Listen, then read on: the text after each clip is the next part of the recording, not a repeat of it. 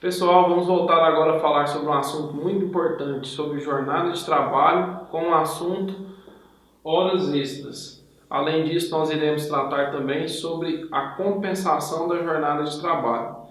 Primeiramente, eu gostaria de falar sobre a fundamentação legal. O artigo 7º, inciso 16 da Constituição, garante o pagamento de 50% sobre o valor da hora normal. Além disso, essa previsão também está descrita no artigo 59 da CLT, ou seja, aquele empregado que trabalha além da jornada diária de 8 ou de 44 semanais, ou se ele for contratado para uma jornada parcial e também excede aquele limite contratado, ele faz jus a esse adicional previsto em lei, ok? Agora vamos falar um pouco sobre as inovações da reforma trabalhista, a começar pelo artigo 59, parágrafo 5º, sobre o assunto banco de horas, pessoal. O que é banco de horas? Em regra, a CLT já traz essa disposição no artigo 59, parágrafo 2º, e ela é clara ao dizer que só é possível por meio de acordo ou convenção coletiva. Além disso, a empresa tem que respeitar essa compensação num prazo de 1 ano. Agora não. Com a inovação da reforma trabalhista, no artigo 59, parágrafo 5º, o banco de horas pode ser compensado no máximo em 6 meses. E é possível que a própria empresa, por meio de um contrato escrito individual com cada empregado, ela pode negociar sim esse acordo de compensação dentro desse prazo de 6 meses. Então, é uma flexibilidade muito importante para as empresas e o empregado terá que se acostumar com essa nova modalidade de banco de horas, porque agora isso é possível a partir do dia 11 de novembro. Tudo bem? Em relação ao parágrafo 6º, regime de compensação de jornada. Nós já vimos essa possibilidade da jornada por meio do contrato individual da compensação previsto na súmula 85. Ou seja, o empregado que trabalha em horas excedentes, ele teria que compensar no mês subsequente ou na semana subsequente, dependendo da negociação com a empresa. Mas agora nós temos, além da legalização na própria CLT, nós temos também uma nova modalidade de acordo de compensação, que é a forma tácita, ou seja, a forma verbal. É claro que a empresa não pode correr esse risco de negociar de forma verbal, mas se isso acontecer, na Justiça do Trabalho nós temos o princípio da primazia da realidade, que ele também pode servir para as empresas que têm esse tipo de contrato, para se resguardar de uma futura ação trabalhista em que o reclamante pleiteia o pagamento de horas extras, ok? Nova modalidade muito interessante para a empresa ao fazer uma defesa, que ela poderá com certeza dizer que existe um acordo tácito para tentar se livrar desse pagamento de horas extras, tudo bem?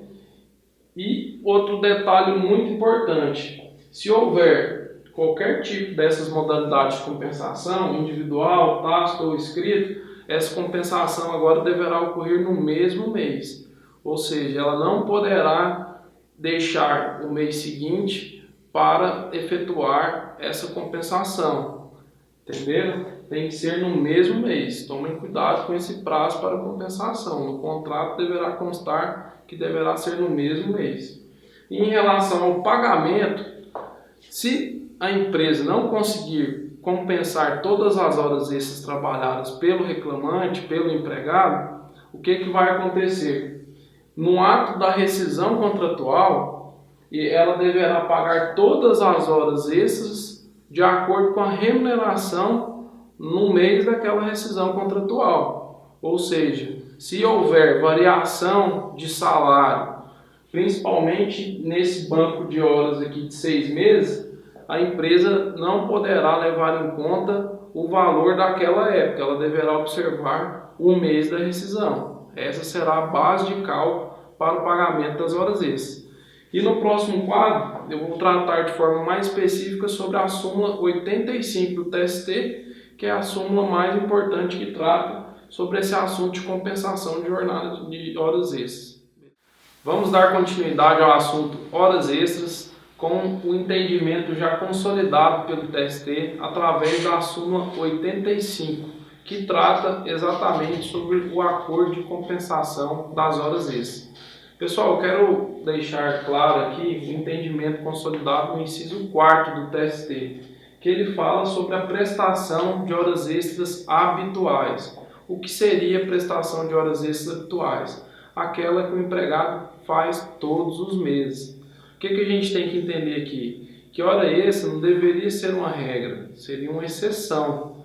Então, se ele presta esse serviço de forma habitual, significa dizer que qualquer tipo de acordo de compensação de horas extras, eles poderiam ser declarados nulos diante da justiça, mesmo tendo sido firmado entre o empregador e o empregado um acordo. Então, essa habitualidade, por ser uma exceção, só dela existir, já existe essa nulidade. E hoje, a gente tem esse entendimento, que por existir de forma habitual, ela descaracteriza. E qual que seria a consequência dessa descaracterização? Eu dei um exemplo aqui para vocês entenderem melhor como que funciona quando acontece o descumprimento no prazo para compensação dessas horas extras. Eu vou falar primeiramente hoje como funciona e posteriormente após a reforma, tudo bem? Hoje, como que funciona? Se o empregador descumpre o prazo de compensação dentro do mês e compensa no mês de fevereiro, o empregador deveria pagar, além das horas compensadas, o respectivo adicional de 50%, haja visto que ele descumpriu o prazo de compensação.